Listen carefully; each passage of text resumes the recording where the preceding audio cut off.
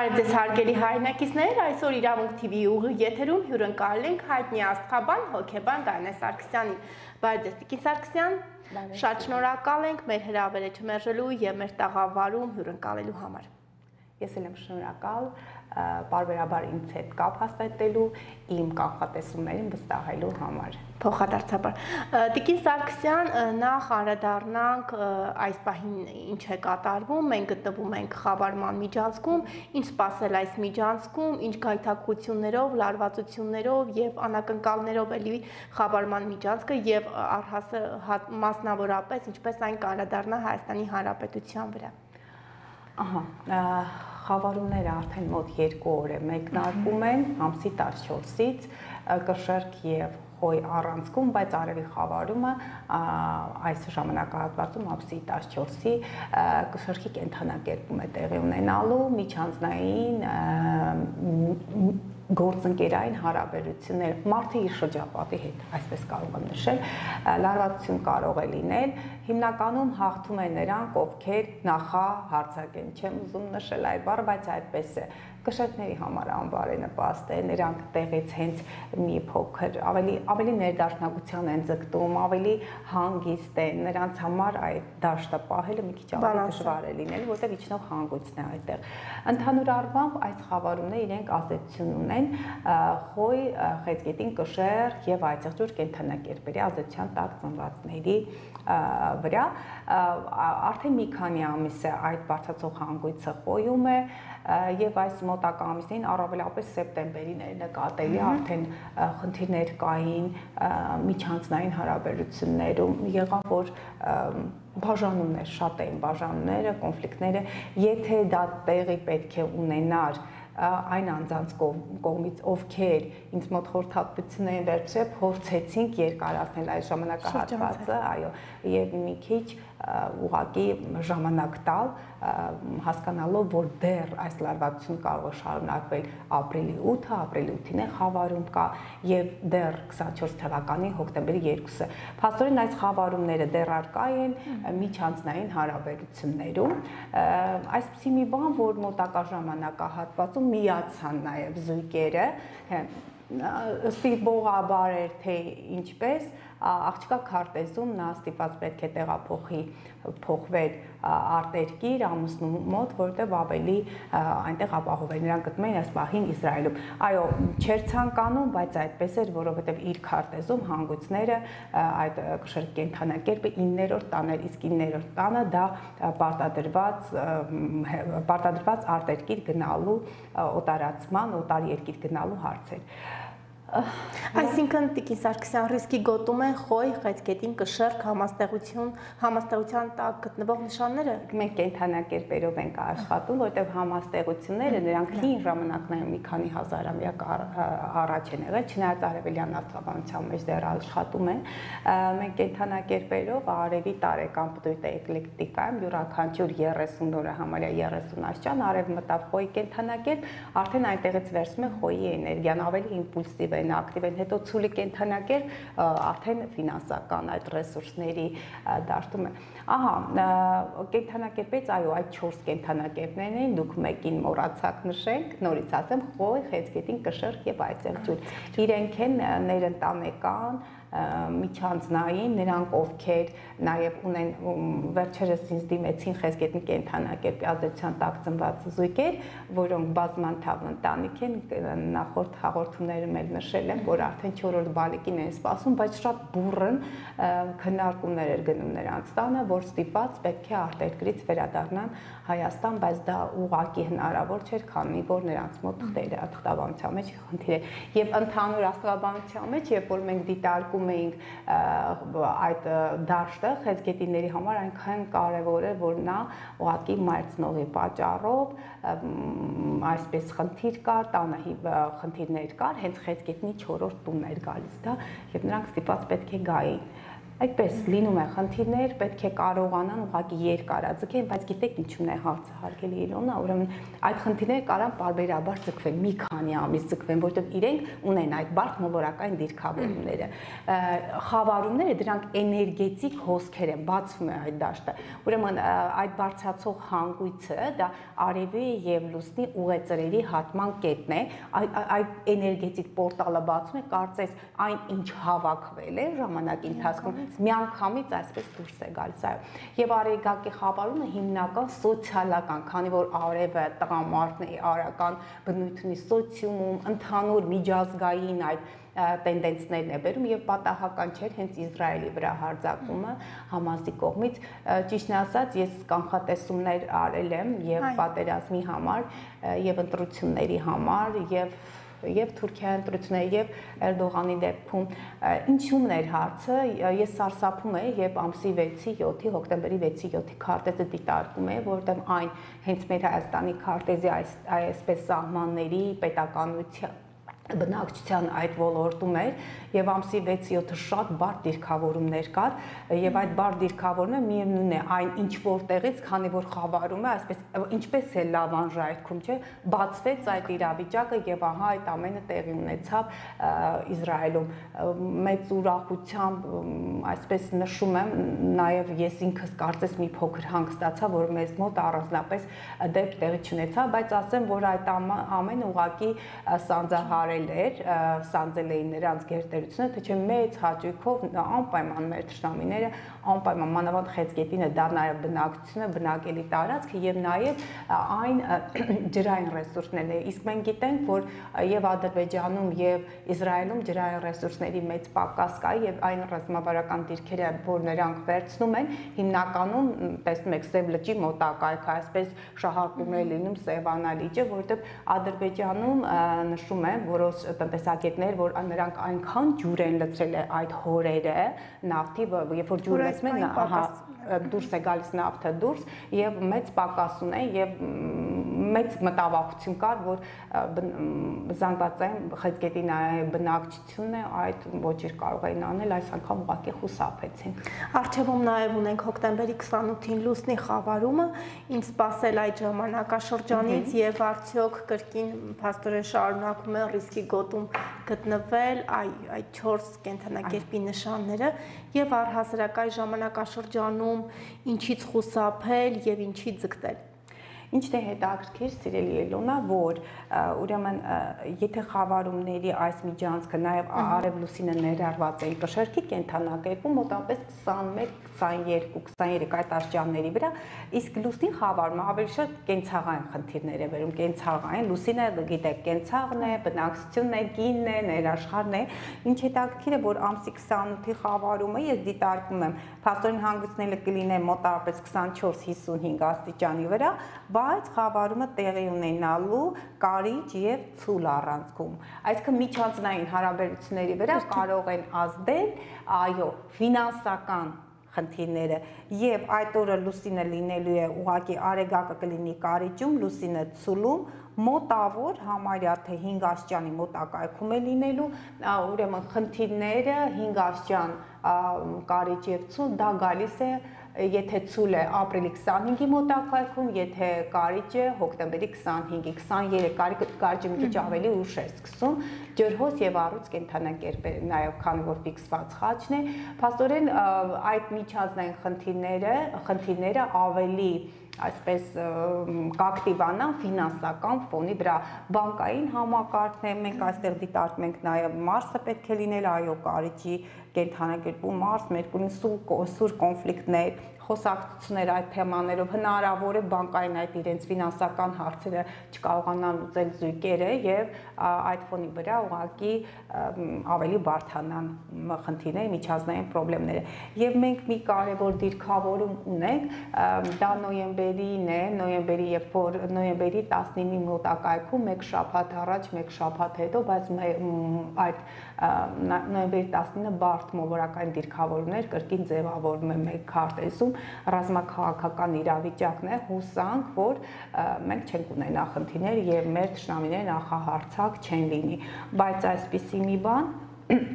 եթե ինչ-որ բան ունեք ասել, ասեք, Այսպեսի մի բան եւ մի քիչ ինձ կարծես հանգստացնում է Յուպիտերը ցուլում այս պահին նահանջող է,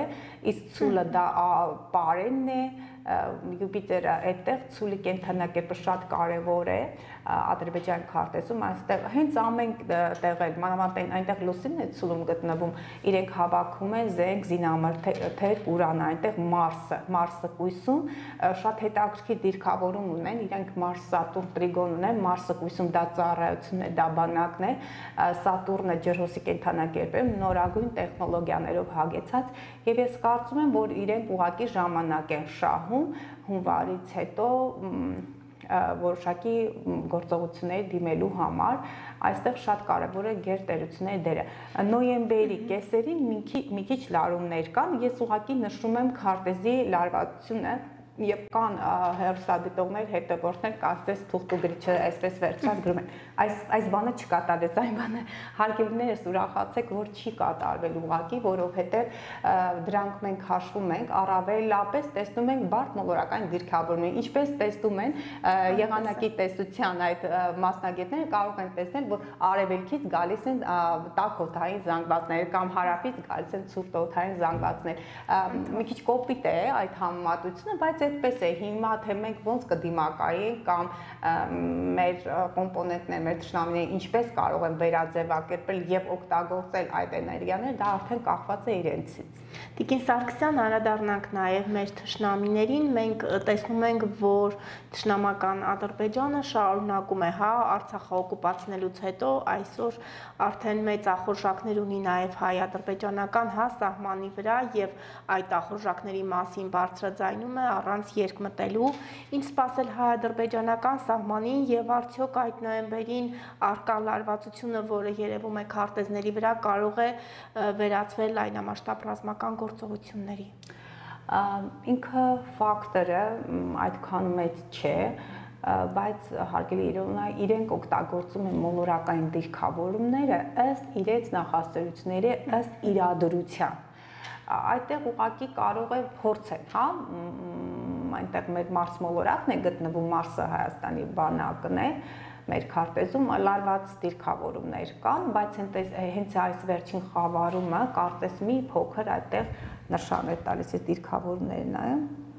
չէ, խավարումից հետո է նոյեմբեր ամսին։ Հուսանք, որ լայնամասշտաբ ինչ-որ բան չի լինի, բայց այսպիսի մի կարևոր կանխատեսում նշեմ, ես մոտակա ժամանակներս Իրանի քարտեզն եմ դիտարկել, Իրանի վրա փորձելու են ճնշումներ գործադրել մարտ-ապրիլ ամիսներին, այնտեղ լուսինը Իրանի համար շատ կարևոր է այդ միջանցքը կամ ճանապարհը, քանի որ իրենց մոտ լուսինը գտնվում է երկորյակի կենթանակերպում, իսկ լուսինը դա ժողովուրդն է, տնտեսությունն է, երկորյակը դա կապ է, արտաքին միջավայրի հետ շատ կարևոր է եւ գառնանկում հնարավոր է, որ Իրանի վրա ճնշումներ գործադրվեն այդ ճանապարհի հետ կապված հարցերում եւ շատ հավանական է, եթե այնտեղ հեղափոխական տրամադրությունները բարձրանան, ապա դա կանեն այն պատճառով, որպեսզի ներքին վիճակը ապակայունացնեն, որպեսզի լուծեն, այսինքն Իրանի այդ ուշադրությունը, քանի որ սերված է ճանապարհի վրա, այդ կերպ սեղմեն, այնտեղ իրադրությունը բարդացնեն, որ Իրանի վրա կարողանան լուրջ ազդեցություն ունենալ։ Սա առաջին անգամ էր այս կանխատեսումը, ես շատ շուտվանից հաշվել էի, բավական ժամանակ էր, բայց ժամանակ չէր լինում ներկայացնել։ Իսկ Հայաստանում ներքաղաքական իրավիճակը լարվածություն սպասվում է, հաշվի առնելով, որ տարբեր հասարակական, քաղաքական դաշտում վերլուծություններ են իրականացվում, որ մոտ ժամանակներս ներքաղաքական պայթյուն է լինելու։ Շատ հավանական է դա լինի նոյեմբերի ամսին, քանի որ ըստ մեր Հայաստանի քարտեզի ես վերջերս զրուցում էինք, ընդհանուր մենք ծանոթ ունեինք, զրուցում էինք, այնտեղ նշեցի, որ մեր Հայաստանի քարտեզում այդպես զինուժը այդ գերատեսչությունը, որը զբաղվում է երկրի պաշտպանությամբ եւ մեր ղեկավար մարմինները, այդ անձնակազմը, իրենք տարբեր հարթությունների վրա են, այո, քարտեզը այդպես է կառուցված, հարցրեցին արդյոք գիտեն վերևներում, ասի չգիտեմ, գիտեն թե չէ, բայց ես տարբեր տեղեր, տարբեր հարթակներում բարձրաձայնում եմ։ Այդպիսի իրավիճակ կա մեր քարտեզում, պարբերաբար հնարավոր է, որ հենց ներսում տարաձայնություններ լինի, ներքին հենց քաղաքական թիմում էլ։ Ընդհանուր առմամբ նոյեմբերի կեսերը լարվածություն նկատվում է եւ ներքաղաքական եւ արտաքին այդպես խաղացողների հետ, հա, այդպես եմ տեսնում, չգիտեմ, ոչ մեկն ձեռնտու չի ինձ համար, ես կցանկանամ, որ մենք ապրենք ապահով երկրում եւ ի վերջո մեր հայրենակիցները կախված դրանից որ քաղաքական թիմին են հարում, ես հորդորում եմ միշտ մեր դժվարությունը եղել է մեր հավաքական չլինելու, այո, պարակտվածության հարցն է, ցավոք դա մեր ցավոտ կողմն է։ Ես գիտեմ, որ մենք յուրահատուկ ազգ ենք, յուրահատուկ հատկություններով գենետիկորեն եկող, մենք իշխելու այդպես գենը մեր մոտ շատ բարձր է եւ մարդիկ ուղղակի չեն կարողանում հանդուրժել երկար ժամանակ, որ իրենք ունենան ղեկավար, միշտ էլ այդպես է եղել մեր այսպես մարզերը այնտեղ միշտ պարակտված են եղել յուրաքանչյուրը իր բնակչության, իր տարածաշրջանի վիճակը այսպիսինն է, բարդ իրավիճակի տեսնենք ինչպես կարող ենք հաղթահարել։ Տիկին Սարգսյան, մինչև տարեվերջ տարածքային կորուստներ, թեկուզ ոչ պատերազմական ճանապարհով տեսանելի են, ինչ են պատմում քարտեզները։ Հարգելի Իլոնա, քարտեզներից նոյեմբերն է լարված, դա Մարս մոլորակի հետ է կապված, բայց Յուպիտերը ցուլում ավելի մեծ ախորժակը նրանց մոտ ավելի մեծ չափով այսպես կբացվի, երբ որ Յուպիտերը ուղղվի, եւ այստեղ շատ կարեւոր մի բան, որ պետք է նրանց սանձող միջոց կամ միջոցից բացի ինչ այն տերություն է, դրանք միջուկային գերտերություններն են եւ այս պահին հենց մենք գտնվում ենք այդ կարևորագույն խաչմերուկի վրա, կարծես այն առակներ խեցգետին, գայլ, հա, ամեն մեկը իր կողմը, այո, շնաձուկը, այդ իրավիճակն է մեր քարտեզում։ Կախված թե ինչ կորոշել, քարտեզների լարվածությունից նոյեմբերի կեսն է առավել, բայց այնքան բարդ չէ, որքան որ սեպտեմբերն է եւ դրանից հետո էլի։ Այսինքն վատագույնը հաղթահարել ենք, կարելի է ասել։ Վատագույնը հաղթահարել ենք, բայց հունվարից հետո երբ որ Յուպիտերը ուղղվի, նրանց մոտ ախորժակն էլ կմեծանա, բայց մենք էլ ունենք դրական դիրքեր, մեր բանակը հզորացնում, ես կարծում եմ, որ զենքեր իրենք ներկրում են տարբեր հարթակներով ասում, չգիտեմ որքանով են մեզ վստահում կամ ընդունում, բայց այդ հնարավորությունը կա, որ կարող են նորագույն տեխնոլոգիաներով հագեցած զենքեր ներկրեն, դրանք նաև օդը պաշտպանելու, որքան գիտեք, վերջերս ես ինչ-որ քաղաքական գործից խոսում էր, որ մեր երբ որ խաղաղ իրադրության մեջ են գտնում, մեր օդային պաշտպանությունը վերապահված է Հայաստանի Հանրապետության զինված ուժերին, բայց երբ որ պատերազմական իրավիճակ է, օդային պաշտպանությունը արդեն այն տրված է, նրա պաշտպանության մեջ կարևոր դերակատարում ունի ռուսական կողմը, այդպիսի կարծեմ 12 թվականից է այդ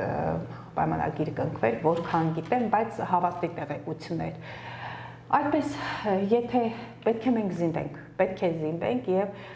շահենք գերտերությունների, այսպես ինչն ենք շահում, նրանց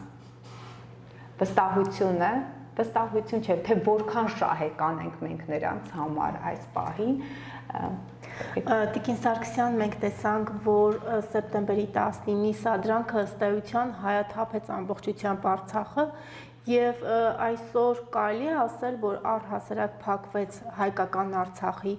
էջը, թե դեռ մենք կարող ենք Արցախը հայկական դարձնել, հաշվի առնելով, որ այս օրերին ամենատարբեր պաշտոնական տեղեկատվությունների հիման վրա Արցախում տասնյակի հասնող, հա, մի քանի տասնյակ հայեր են մնացել, եթե ոչ ավելի քիչ։ 5 տասնյակը չի անցնում, որքան գիտեմ։ Այո, արդյոք մենք կարող ենք կրկին վերաբնակեցնել հայերին Արցախում եւ ունենք առհասարակ Արցախը կրկին հետ վերադարձնելու հնարավորություններ, շանսեր, թե Արցախը այլևս Արցախի հայաթափման հարցը Սատուրն մոլորակով էր, Սատուրնը ձկների կենդանակերպում, այս իրավիճակը կարող էր երկարել մինչև 24 թվականի մարտ-ապրիլ ամիսները եւ այնտեղ նշում եմ, որ դուք նշել եք, որ 24 թվականին դեռ այսպիսի իրավիճակ կարող է լինել, այո, սիրելի հայրենակիցներ, եթե հիշում եք, մենք ձեր հաղորդման շրջանակներում հենց ասացինք, որ իրենք արդեն հարգելի Իլոնա, երբ ամսի 2-ին սեպտեմբերի 2-ին այդ ռազմական գործողությունները սկսեցին, այդ կարծես իրենք զարկը տվեցին, որ պարբերաբար կարող էին անել հայաթափման վտանգը, եթե լիներ, մինչև գարուներ դա երկարելու մարտ-ապրիլ ամիսը, բայց կարծում եմ այնտեղ ֆիզիկապես մեր ժողովուրդը ուղղակի չէր կարող դիմանալ, որովհետև այնտեղ սով Սատուրնը ձկների կենդանակերպում ջրային ռեսուրսների դեղորայքի պակաս, ջուրը փաստորեն ջրային ռեսուրսները, ձուկն է, Սատուրնն է, այնտեղ հնարավոր է, որ տաք ջրի բացակայություն իսպառ եւ մեր ժողովուրդը, եթե երկար է վիճակը, հնարավոր է, որ այնտեղից բնակչության կեսը ուղղակի չկարողանար դուրս գալ եւ այդպես սովալուկ, իսկ վերադարձի հնարավորություն ունենք ապագայում։ Եթե վերադառնան, այդ հարցը կարող է բարձրանալ մարտ-ապրիլ ամիսներին, բայց միևնույն է բարդ դիրքեր ունի քարտեզը, խորհուրդ չեմ տալիս, որտեղ եթե հանկարծ վերադարձան, բլոկադայի ավելի մեծ է հնարավորությունը այնտեղից դուրս գալու մանավանդ մարտ-ապրիլ ամիսներին դուրս գալու հնարավորությունները բավականին նվազում են։ Տիկին Սարգսյան, անդրադառնանք նաև մենք գիտենք, որ Ադրբեջանին, մասնավորապես Ադրբեջանի ղեկավար Իլհամ Ալիևին հովանավորում է իր մեծ եղբայր Թուրքիան, Էրդողանը, իսկ Էրդողանի առողջական վիճակի հետ կապված տարբեր միջազգային մամուլում, տարբեր հարթակներում նշվում է, որ նա ունի լուրջ առողջական խնդիրներ եւ եթե նա այսպես ասած կյանքին հրաժեշտ տա, ապա Ալիևի այսպես մեջքն էլ կթուլանա եւ այդ պարագայում մենք կկարողանանք այսպես ասած Ադրբեջանին հախից գալ, ինչպես ասում է ժողովուրդը։ Ինչքանով են առհասարակ այդ միջազգային մամուլում տեղ գտած տեղեկատվությունները համապատասխանում իրականությանը, մասնավորապես որ Էրդողանը ունի լուրջ առողջական խնդիրներ եւ արդյոք մենք կկարողանանք մի օր հասնել նրան, որ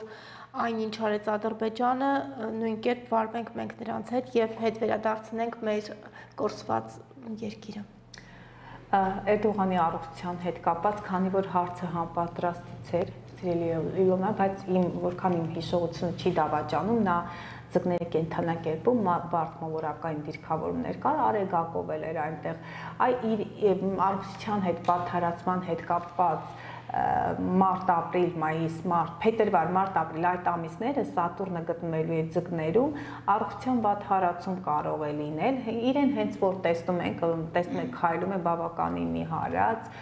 քայլ-քայլ այսպես երերալով, ինչն է հարցը, որ այո, առողջական խնդիրներ կարող են լինել, իսկ Սատուրնը որտեղ որ նա լինում է, ակտիվանում է, ապա սառնություն է բերում, հնարավոր է մկանային, հենաշարժողական համակարգի հետ խնդիրներ, այդ ոտքերի հետ կապված, բայց մի շատ կարևոր փաստ, որ այնտեղ կրկին աստղաբանները հաշվում են եւ ոչ միայն աստղաբաներ, ոչ միայն բժիշկների մեծ այսպես խումբ է աշխատում, իրենք նաեւ ունեն հատուկ այդ մեթոդները, այնտեղ եւ սիոնիստներն են ակտիվ եւ տարբեր խմբավորումներ կան, տարբեր ուսմունքներ կան, նրանց միջոցով որոշ չափով կարող են այսպես հարթեցնել, չեզոքացնել այդ բարդ դիրքավորումը, քանի որ ավելի լուրջ գիտելիքների տերապետող անձինք կան այնտեղ։ Նախ բնակչության չափով քանի միլիոն, 90 միլիոն Ադրբեջանից ավել։ Ահա, եթե մենք 3 միլիոն բնակչությամբ ունենք այսքան աստղաբաններ, էզոթերիկներ, ապա 90 միլիոնի մեջ պատկերացնեք որքան շատ կլինեն եւ այնտեղ հենց հին ժամանակներում շատ ուսմունքներ կա, կարծեմ Գյուրջիևն էլ հենց այնտեղ է եղել, դա մոգական հին ուսմունքները այնտեղ մեծ այս ոչ միայն հրճակ են վայելում, նաև տարածված է այդ ուսմունքը, դրանց արքունական, հա, այդ միջավայրում։ Այդ ամենը գոյություն ունի, բայց ինձ թվում է, որ նրանք կարողանում են եւ դեղորայքային միջամտության եւ արհեստաբար Իսրայելը լավագույն բժիշկներն են այնտեղ ներգրաված կարողանում են չեզոքացնել եւ մի կարեւոր բան, երբ որ 44 թվի պատերազմներ, այսպես մեր քաղաքական 44 օրյա պատերազմ 44 օրյա պատերազմի ժամանակ ինչ հետաքրքիր զուգադիպություններ, երբ քաղաքական գործիչներից ինչ որ մեկը նկար էր դրել Ալիև իր կինը եւ երկու մեկ տղա, մեկ աղջիկ այսպես իրենք ձեռքերը բռնած մեծ հաստաբուն ծառի մոտ 4-ով ինչ որ դեպի վերև էին նայում եւ այդ քաղաքական գործիչը այսպես իրոնիայով տեսնես ինչ են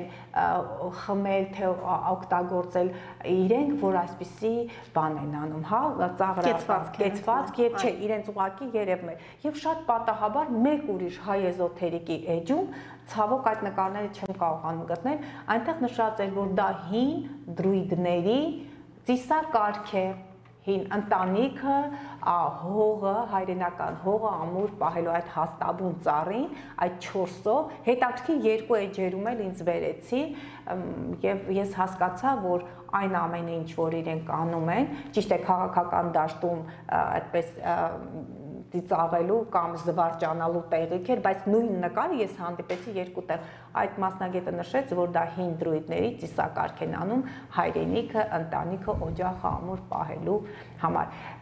Եվ ես կարծում եմ, որ այդ դիրքերը կան, շատ հավանական է, չնայած եթե վերին ուժերը որոշեն տիեզեր կամ Աստված որոշի, որ պետք է այլևս Էրդողանը չլինի, չապրի, չգործի, այդ ամենը նա կարող է։ Այսինքն այնուամենայնիվ նա ունի որոշակի լուրջ խնդիրներ։ Նշվում էր, որ քաղցկեղ ունի, թե դրա մասին չեն կարող հստակ ասել, թե ինչ առողջական խնդիրներ եւ ձկների կենդանակերպում խնդիր կար, դա ձկները հնարավոր է, որ իրեն նաեւ թունավորեն։ Այդպիսի, քանի որ Նեպտունն է այնտեղ գտնվում, հնարավոր է թունավորեն, հնարավոր է ալերգիկ պրոցեսներ, այո, չարորագույացություններ, քանի որ սև լուսինը ձկներում եւ հենց մենք ապրիլ ամսին այս պահին ուղղակի ինձ մոտ բացակայում է, որ դիտարկեմ քարտեզը, սև լուսին եւ Սատուրն օպոզիցիա դիրքավորում կա, իսկ դա հնարավոր է, եթե չարորակ ուռուցք լինի, ուղղակի մեծ պրոգրեսիա նկատվի այդ ուռուցքը եւ մեծանալու եւ իր առողջության վնաս պատճառելու այդ ընթացքում։ Շատ շնորհակալ եմ Տիկին Սարգսյան, ուզում եմ մեր զրույցը ամփոփենք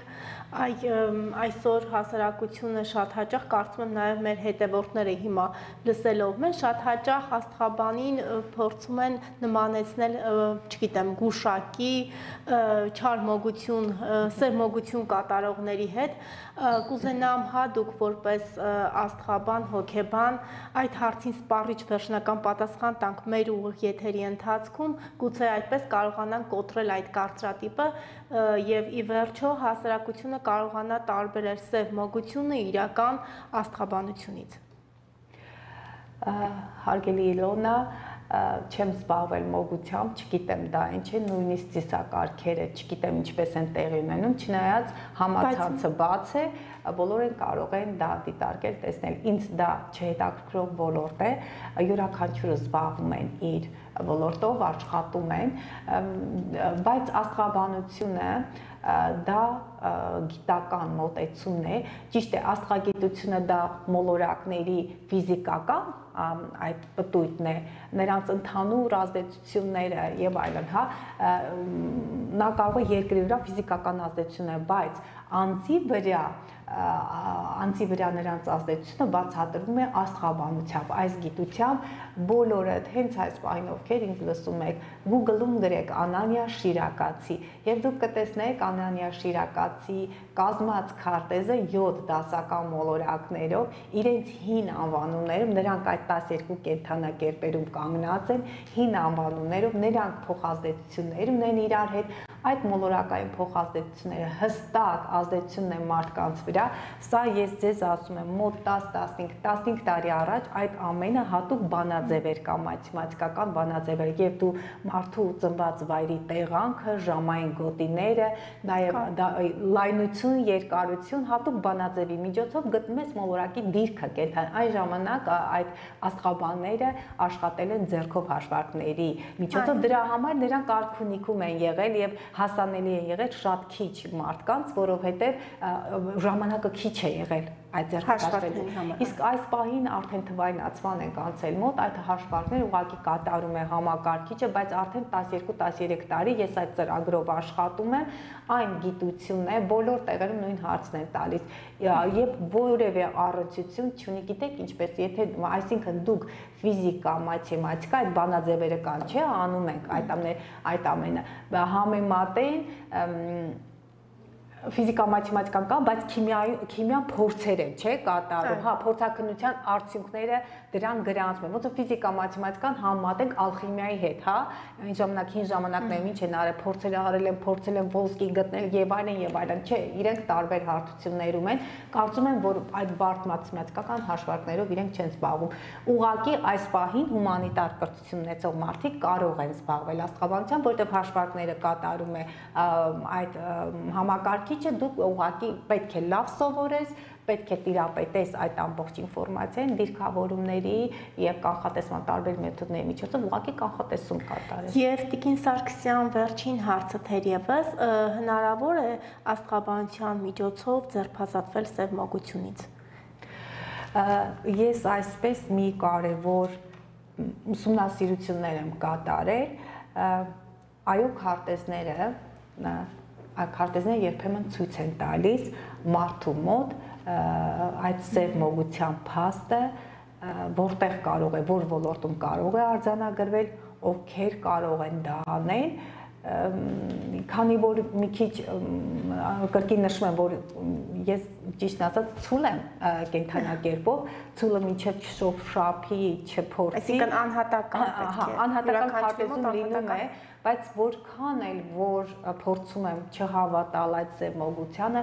բայց այսպիսի մի կարևոր բան, այո, անձնական անհատական քարտեզները ցույց են տալիս մարդու թույլ կողմերը, որտեղ կարող են սևի միջոցով ներգործություն ունենալ, դա իր թույլ կողմն է, եւ ես արդեն բազմաթիվ անգամ հաշվարկները արել եմ, հարցրել եմ, հարց ու փորձի արդյունքում այսպես ներքին, եթե նույնիսկ հաճախորդը չի պատկերացրել, մենք տեսնում ենք, որ մարդը այդ վայրում, այդ տեղում, այդ ոլորտում ունի թույլ կողմ, որի վրա կարող են փոխազդեցություն ներգործություն ունենալ։ Իսկ հնարավոր եղել է վերջնական ձերբազատվել այդ թույլ կողմից։ Չէ, ես չգիտեմ այդ մեթոդները եւ արդյոք հնարավոր է ձերբազատվել, թե չէ, այսպես ուրեմն երբեմն լսում եմ, որ ինչպես հակազդել դա չունենք մենք հետ գործիքները, ու կարող ենք ասել, որ թույլ կողմն է, դրա վրա կարող ես աշխատել։ Հակազդել կարող է աղոթքների միջոցով կարողանալ, քանի որ հակառակ կողմի գիտելիքներին ես չեմ տիրապետում, բայց որոշ գիտելիքներ շատ դժվար է ասել, այո։ Հա, այսպես կարող է լինել, ինչ որ որոշ մասնագետներ կան, որ մաքրում են կարման, հարգելի հետևորդներ, հեռուստադիտողներ, կարման հնարավոր չէ մաքրել, աստղաբանական քարտեզով դուք գալիս եք այդ քարտեզը, այդ նիբեսնի պասպորտ, հա, ձեր անձնագիրը որքան էլ որ կեղծեն, միևնույն է ինչ որ միտեղ գրված է, որ դուք ծնվել եք այսինչ պահին, այսինչ ժամանակահատվածում, դա փոխել, մաքրել չեմ կարծում, ուղղակի ներքին երևի զգացողությունը կարող է լինել, չեզոքացնել հնարավոր է, բայց անհատական քարտեզը նա միշտ աշխատում է, նա ձեզ հետ է, նա ձեր հոգու, ձեր անձի արտացոլանքն է, մարդի էությունը չի փոխում, խառնվածքը երբեք չի փոխվում, հարգելի հետևորդներ, դա նշում եմ ձեզ որպես հոգեբան, բնավորությամբ հնարավոր է միջավայրի, արտաքին եւ ներքին միջավայրի միջոցով ազդես մարդու վրա, բայց մարդը այն խառնվածքով, որ եկել է, ոչ, դա փոփոխման ենթակա չէ, ինչպես նաեւ դա նշել է Արիստոտելը, դեռ հնագույն ժամանակներում Արիստոտելը արդեն տվել է խառնվածքի բնութագիրը, իսկ խառնվածքը հենց դա աստղաբանական քարտեզն է։ Շատ շնորհակալ եմ Տիկին Սարգսյան, հետաքրքիր դրական նոտայով մեր զրույցը վարելու համար, շնորհակալ եմ հետաքրքիր պատասխանների համար, հուսանք մեր հաջորդ հանդիպմանը արդեն իսկ կարող ենք խոսել ել ավելի դրական միտումների մասին, շնորհակալ եմ։